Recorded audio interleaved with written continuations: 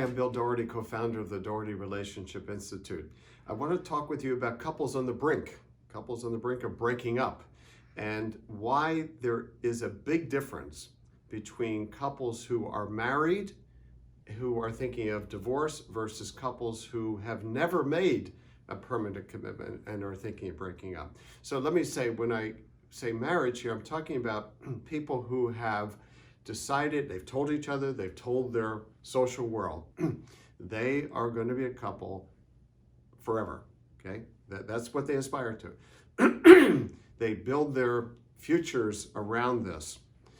And then they are thinking, one of them usually is leading out, thinking of ending it, thinking of a divorce. Again, whether they're legally married or not, they have publicly committed themselves to each other.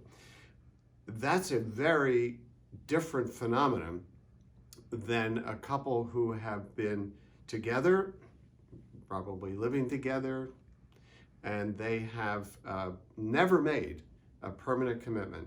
And one of them usually is thinking of not going further with the relationship.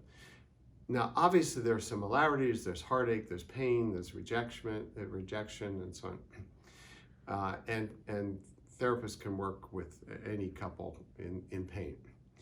But the approach that I've taken with something I call discernment counseling is very different when people have made that permanent commitment, because they have made an ethical promise to be there for somebody.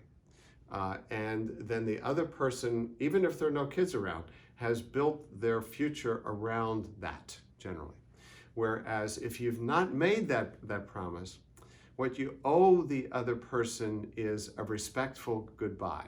If you have made that promise, if you are married, then I believe you owe more than it's not working out and there's maybe somebody else who I think could fill my needs better. It's a much more serious, much heavier thing, and I believe the therapist's stance in those situations ought to be stronger on, are there any possible ways to see if you could keep your original commitment and keep your relationship together and your family together, knowing that's not always possible. So what I'm saying is, they're apples and oranges, and this approach that I've developed called discernment counseling cannot just be readily applied to any couple breaking up, because it's designed for couples where there has been a permanent commitment made between each other and made public.